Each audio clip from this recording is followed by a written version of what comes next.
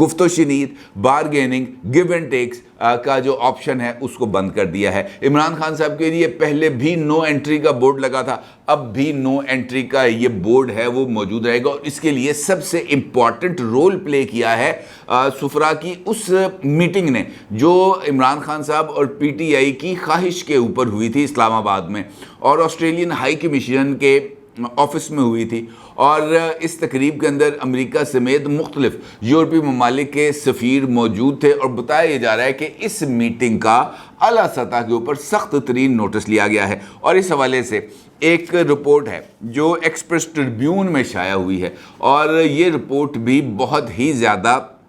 تشویشناک اس وجہ سے ہے کیونکہ اس رپورٹ میں اسی میٹنگ کے آؤٹ کم کے حوالے سے بتایا گیا ہے۔ اور میں نے آپ کو یاد ہوگا کہ آج سے 2-3 دن پہلے جب یہ خبریں اس حوالے سے گرم تھی تو ایک ویڈیو کے اندر آپ کو اس بات کی طرف اشارہ بھی کیا تھا، اور انسائٹ دیکھنے والے میرے ریگولر ویورز کو یقینی طور پر یہ بات یاد ہوگی کہ یہ جو میٹنگ تھی جس کے اندر شاہ محمود قریشی، رؤوف حسن اور علی ظفر صاحب موجود تھے، اور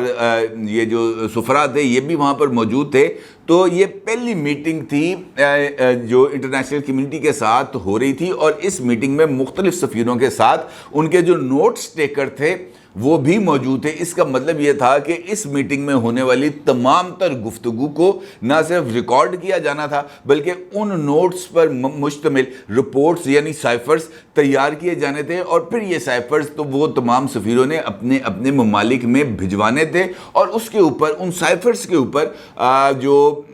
یورپی ممالک ہیں، امریکہ ہے اور دیگر ممالک ہیں، انہوں نے اپنے اپنے رد عمل بھی دینے تھے۔ ایکسپریس ٹربیون کی اس خبر نے انہی رد عمل کی طرف اشارہ کیا ہے، اور مغربی ممالک نے ایکسپریس ٹربیون کی اس رپورٹ کے مطابق دھمکی دی ہے کہ جناب اگر انتخابات فروری سے آگے گئے تو سنگین نتائج ہوں گے۔ اس بات کے دو مطلب ہیں۔ ایک مطلب تو یہ ہے کہ یورپی ممالک نے اس بات کو تسلیم کر لیا ہے کہ فروری تک انتخابات کے آگے جانے پر ان کو کوئی اعتراض نہیں ہوگا۔ فروری تک اگر انتخابات نہیں ہوتے وہ کہتے ہیں جناب ویل اینڈ گڈ، لیکن جیسے ہی فروری کراس ہوتا ہے یا مارچ سے کم مڈ آ جاتا ہے اور الیکشنز نہیں ہوتے تو پھر انہوں نے کہا ہے کہ جناب ہم پاکستان کے خلاف کارروائی کرنے کا حق رکھتے ہیں، سنگین نتائج ہوں گے، پابندیاں عائد کی جا سکتی ہیں، اور اس طرح کے دیگر نتائج کا سامنا ان کو کرنا پڑے گا۔ سفارتی ذرائع نے کے حوالے سے ایکسپریس ٹربیون کی رپورٹ کے اندر یہ بتایا گیا ہے کہ امریکہ اور یورپی یونین نے انتخابات کے حوالے سے پاکستان میں ہونے والی پیش رفت پر گہری نظر رکھے ہوئے ہیں، اور یہ ممالک ہمیشہ سے ہی جو جمہوریت کی وکالت کرتے رہتے ہیں اور سمجھتے ہیں کہ انتخابات کا انعقاد کسی بھی ترقی پسند جمہوری معاشرے کا نچوڑ ہے، اور ان کا یہ کہنا ہے کہ مغربی دارالحکومتوں کو خدشہ ہے کہ پاکستان میں انتخابات نہیں ہوں گے اور نگران سیٹ اپ مدت سے آگے جا سکتا ہے۔ آئین کے مطابق اسمبلیوں کی تحلیل کے بعد 90 دن کونسل فار کامن انٹرسٹ کی میٹنگ کے بعد جو ہے وہ الیکشنز کرانا ضروری تھے، لیکن اس کونسل میں طے پانے والی جو وہ تھی اتفاق کہ جناب نئی حلقہ بندیاں کی جائیں اور نئی مردم شماری کے تحت انتخابات کیے جائیں، تو اس کے لیے بھی الیکشن کمیشن کو کچھ وقت درکار ہے۔ ان دونوں آئینی مجبوریوں کا ادراک کرتے ہوئے یورپی ممالک کا یہ کہنا ہے کہ جناب اس وجہ سے ہم ابھی فوری طور پر کوئی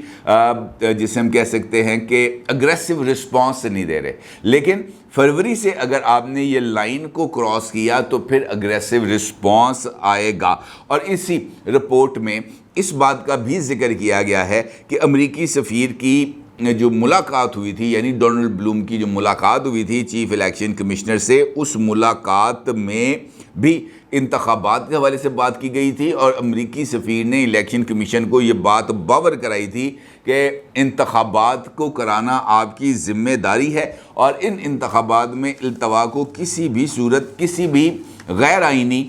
طریقہ کار کو اپناتے ہوئے یا کسی بھی دباؤ کا شکار ہوتے ہوئے قبول نہیں کیا جائے گا۔ اور پھر ہم نے دیکھا کہ مختلف لوگوں کے ساتھ، مختلف لیڈرز کے ساتھ یورپی اور امریکی سفیروں کی ملاقاتیں ہوئیں، اور ابھی ریسنٹلی آج ہی میں نے یہ خبر دیکھی ہے کہ برطانیہ کی جو نئی پاکستان میں ہائی کمشنر ہیں انہوں نے کراچی میں جا کر آصف علی زرداری صاحب کے ساتھ بھی ملاقات کی ہے۔ اس کا مطلب یہ ہے کہ یہ جو نئی گیم انٹرنیشنل لیول پر ہے وہ ڈیولپ ہو رہی ہے، اور اس گیم کے اندر جو اصل رول ہے وہ پلے کیا ہے اس ساری موومنٹ نے جو سوشل میڈیا کے اوپر پاکستان تحریک انصاف کی طرف سے پاکستان کے حوالے سے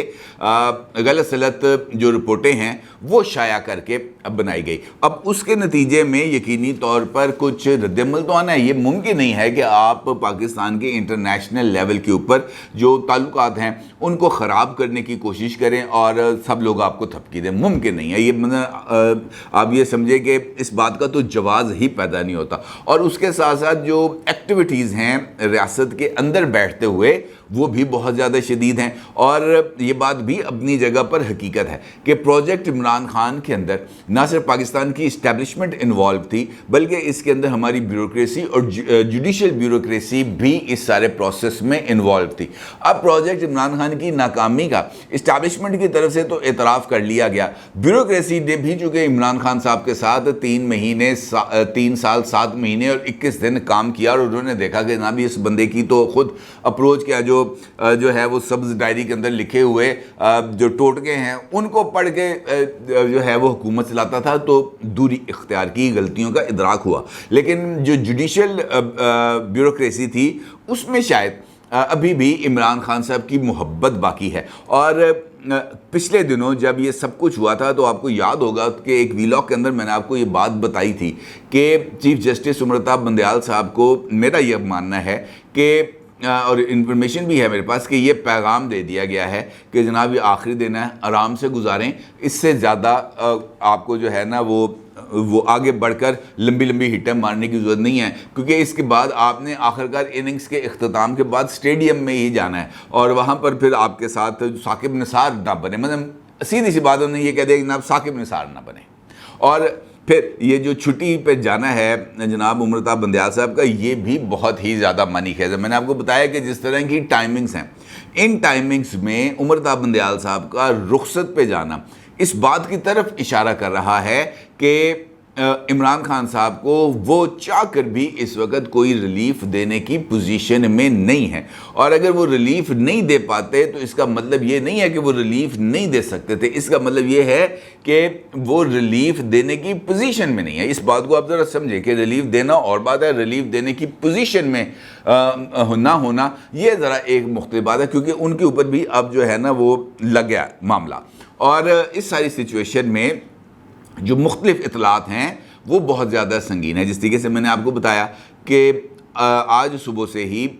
بشرا بی بی صاحبہ کی جو رہائش گاہ ہے زمان پارک، اس کو گھیرے میں لیا ہوا تھا پولیس نے، بلکہ خود عمران خان صاحب کے وکیل نعیم پنجوتا صاحب نے ٹویٹر کے اوپر اپنی ایک ٹویٹ کے ذریعے اس بات کا اعتراف بھی کیا کہ جناب زمان پارک کے ارد گرد پولیس کی بھاری نفری موجود ہے اور انہوں نے زمان پارک کا گھیراؤ کیا ہوا ہے۔ اس کا مطلب یہ ہے کہ وہ جو زمان پارک کا گھیراؤ کیا گیا تھا، میری اسی چیز کو ساتھ آ کر جو ہے وہ اس کو کمپلیمنٹ کر رہا ہے کہ بڑی کارروائی کا امکان ہے۔ اور اس کے ساتھ ساتھ اگر آپ عبداللہ گل صاحب کا ٹویٹ بھی دیکھیں جس کے اندر انہوں نے اس بات کا ذکر کیا تھا کہ جناب ایک جو ہے سابق ڈی جی آئی سے لیفٹیننٹ جنرل ریٹائرڈ فیض حمید صاحب کی گرفتاری کے لیے بھی درخواست اس وقت پہنچا دی گئی ہے جی ایچ کیو، تو اس بارے میں بھی یہ اطلاعات آ رہی ہیں کہ کوئی کارروائی اگلے 48 گھنٹوں میں ہو سکتی ہے۔ اب اس کا مطلب یہ ہے کہ اگلے 48 گھنٹوں میں کریک ڈاؤن تو شروع ہو گیا ہے پاکستان تحریک انصاف کے خلاف۔ اگلے 48 گھنٹوں میں بشرا بی بی صاحبہ، عمران خان صاحب اور ان کے ساتھ ساتھ جناب فیض حمید صاحب،